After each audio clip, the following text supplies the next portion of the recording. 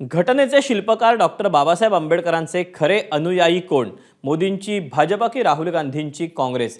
बाबासाहेब आंबेडकरांच्या जयंतीला हा प्रश्न जन्माला घातला आहे तो एका राजकीय वाग्युद्धानं, आणि हे वाग्युद्ध रंगले पंतप्रधान नरेंद्र मोदी आणि काँग्रेस अध्यक्ष मल्लिकार्जुन खरगे आणि इतर नेत्यांमध्ये. काँग्रेस वारंवार बाबासाहेब आंबेडकरांचा अपमान त्यांनी केला अशी टीका मोदींनी केली.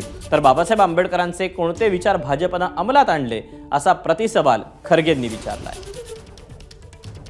जब तक बाबा साहब जीवित थे,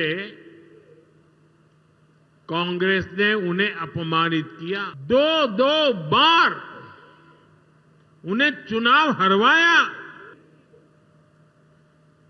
जब बाबा साहब हमारे बीच नहीं रहे तो कांग्रेस ने उनकी याद तक मिटाने की कोशिश की.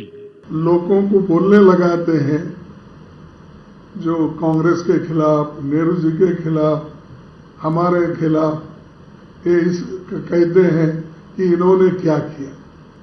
अरे हम तो ये कह रहे बाबा तुम क्या किए ये बताओ. बाबा साहब के कौन से उसूल अपनाए आप? तो ये वो कहने के लिए तैयार नहीं है.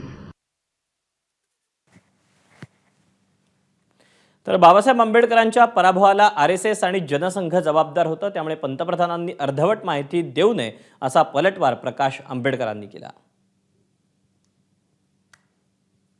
BJP is also, Jansangh was the part of it, RSS was a part of it, so he can't relieve himself from it.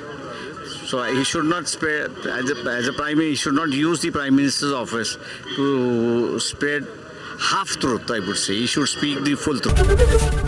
ABP माझा, उघडा डोळे बघा नीट.